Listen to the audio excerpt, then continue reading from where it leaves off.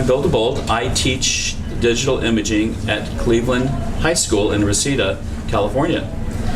I have taught English learners. I've had an English and EL class, all of last year, and I had 7 different languages in my class, if you can imagine. And it's a digital imaging class, so how do we get these kids to learn something as complex as these Photoshop programs, these digital imaging and animation programs? And the answer is simply it's easy because they're visual.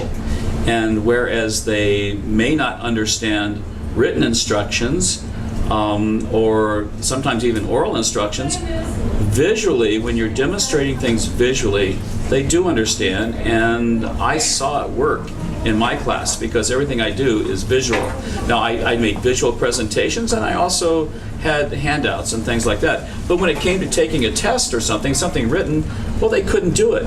And yet their work product was excellent. In most cases, it was fantastic because they really, really were artistic, these kids. They had so much to say, and they had a hard time expressing it in language, but they could express it in their art.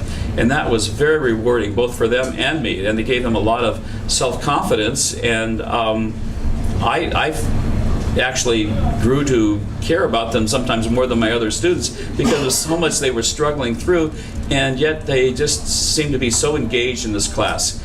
Even when I gave them written things to do, they didn't do as well, but they really worked at it. They really tried because they were engaged in learning, and the visual engaged them in learning.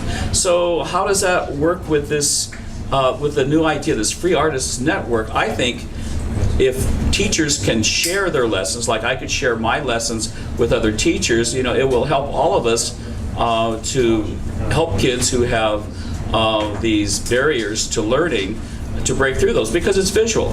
And if we can share that online, I think that would work terrific. That's why this site that makes the connection between teachers and students and the community could be so valuable.